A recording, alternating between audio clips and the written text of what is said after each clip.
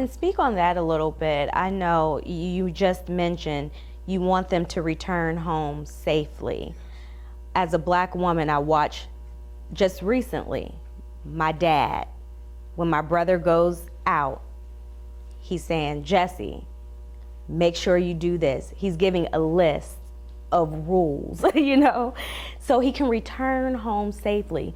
What have you said to your adult kids, and what are you now saying to your grandchildren? Be cooperative without being overly submissive.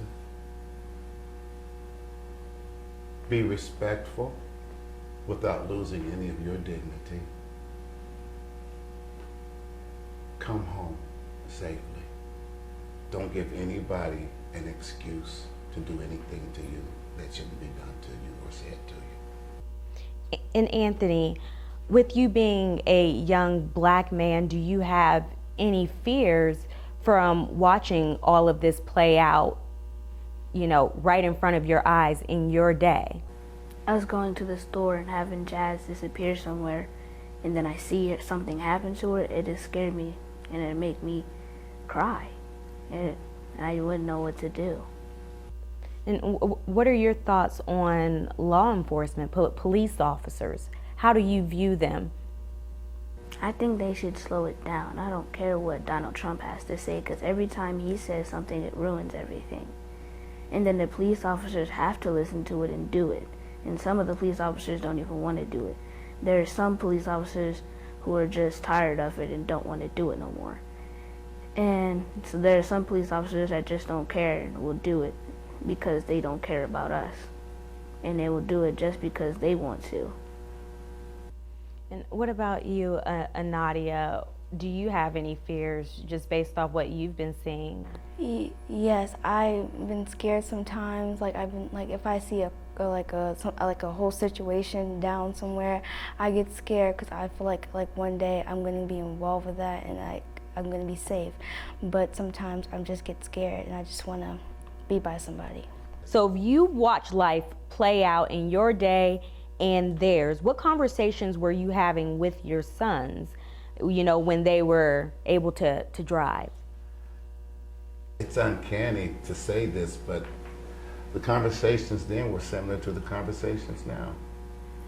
I have had those conversations because I have been stopped as a male myself, a black male myself, and I had no idea why an officer was stopping me.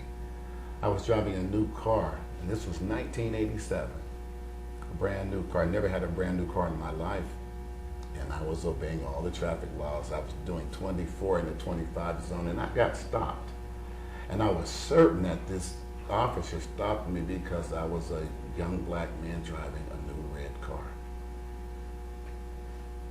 After I questioned the officer, and I got a little snippy, I was upset, I was humiliated, and I felt like this is not fair for you to stop me. He really couldn't answer me.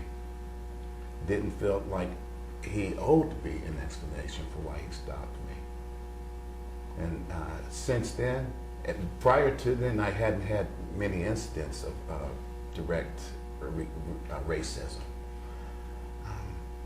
But when he couldn't explain to me, he let me go about my business. And the next day I went downtown. I wanted to find out why your officer stopped me. And I hit a brick wall, and I gave up banging on that brick wall. But what about your sons? Do you know any situations where they were racially profiled?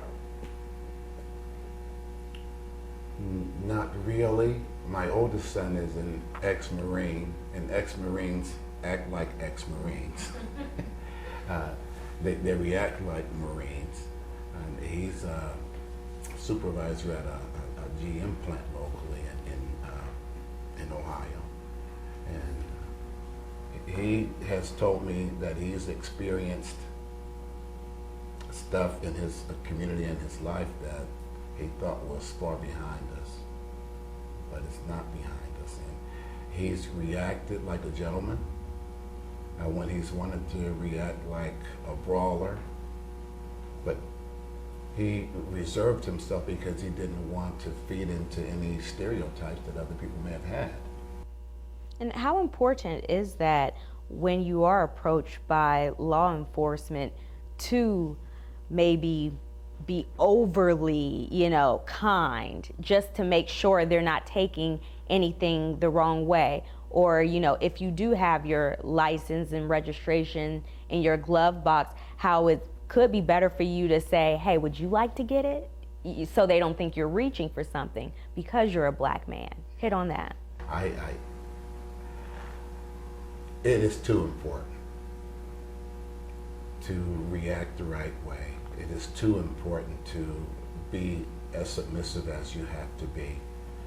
We don't want anybody, as I've said earlier, to have an excuse to react the wrong way and to humiliate me, to hurt me, or to shoot me, or to subdue me, to tase me, to handcuff me, to arrest me.